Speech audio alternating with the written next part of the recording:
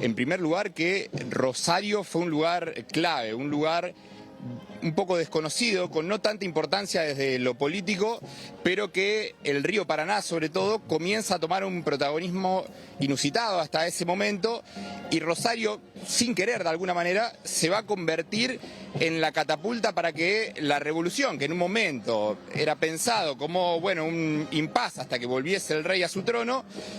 toma fuerza y se convierte claramente a partir de 1812, con más claridad a partir de 1813, en un terreno revolucionario directamente para pensar ya en la independencia total de una nación que hasta ese momento no tenía ni siquiera colores patrios. O sea, pensar que los ejércitos directamente peleaban con los mismos colores que sus enemigos. Belgrano lo que constituyó fue una fuerte identidad y también un espíritu de rebeldía que transformó la historia no solamente de Rosario, sino del país, de un lugar periférico hasta ese momento. ¿Por qué Rosario? ¿Qué hacía Belgrano en ese momento con toda su tropa aquí en la ciudad o lo que era ahora la ciudad de Rosario? Bueno, entre el humo de las balas y las bayonetas también que se peleaban, pensá que también había personas de carne y hueso y hombres sobre todo que necesitaban comer. Bueno, el canal del río Paraná era una especie de autopista muy utilizado en ese momento por los realistas para incursionar y saquear ganado, fundamentalmente para poder comer, y los realistas que estaban apostados en Montevideo, en la capital de lo que hoy en día es Uruguay, en ese momento pasaban muy seguido por el río Paraná, y esto era notado fundamentalmente por el ejército. Lo que piensa Belgrano es que había que cortar con esa sangría, si se quiere, y Rosario, por su lugar natural, con su bajada natural hacia las barrancas del río Paraná, era un lugar clave. Para eso se pensó, ya vecinos de lo que en ese momento era un caserío de Rosario, que tenía una pequeña capilla,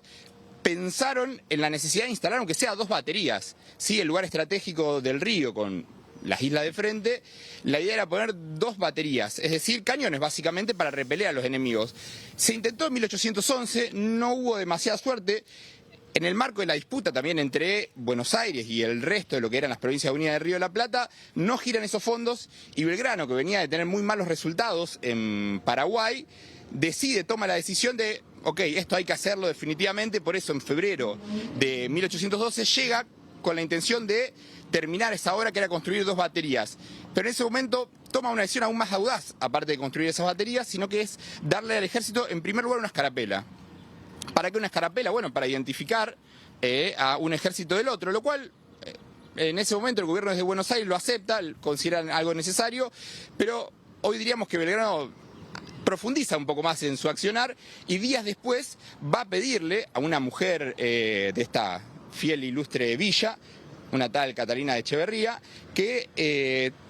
construye una bandera, lo cual el gobierno de Buenos Aires se enojó muchísimo y le pidió que la escondiera directamente. Belgrano, aprovechando un poco los errores de comunicación de la época, hace oídos sordos y se va a llevar la bandera y va a continuar hacia el norte de lo que hoy en día es Argentina con un estandarte que en ese momento claramente fue revolucionario.